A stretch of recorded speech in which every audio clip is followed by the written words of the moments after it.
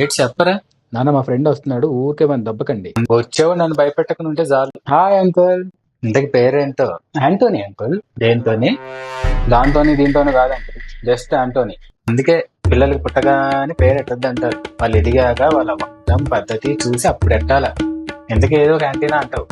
ఇందుకే ఏం చేస్తున్నట్టు? తొందరపడి ఏదో చేయను అంకుల్. బాగా ఆలోచిస్తానే ఉంటా. అర్థమైంది. సో బేవర్స్ అంటావు. సార్కి ఎన్ని మార్క్స్ వచ్చాయో? ఇదేదో అప్పుడు ఆలోచింటే కనీసం డిగ్రీ అన్నా కంప్లీట్ చేసి ఉండేవాడు. పెళ్ళి అంటే ఇప్పుడు 3 పిల్లలు ఉండేవారు, ఇంకా డిగ్రీ కూడా కంప్లీట్ చేయలే.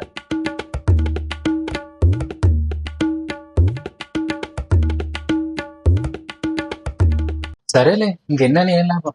జరిగింది ఏదో జరిగిపోయింది. ఏమైనా తింటావా?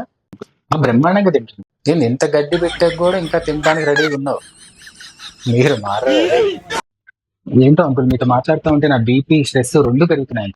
ఏం లేదు, స్ట్రెస్ తగ్గాలంటే తీసుకుపోవడమే. ఎక్కడ తెచ్చావరా నన్ను ఇంటికి రమ్మని? ఇంత మోసం చేస్తావా? ఎన్ని మాటలు అన్నప్పుడు మీ నాన్న నన్ను ఇంకోసారి బస్ స్టాండ్ లో అడుక్కోవాలంటే ఇంతగా ఇంటికి మాత్రం రాను. నమ్మక ద్రోహి.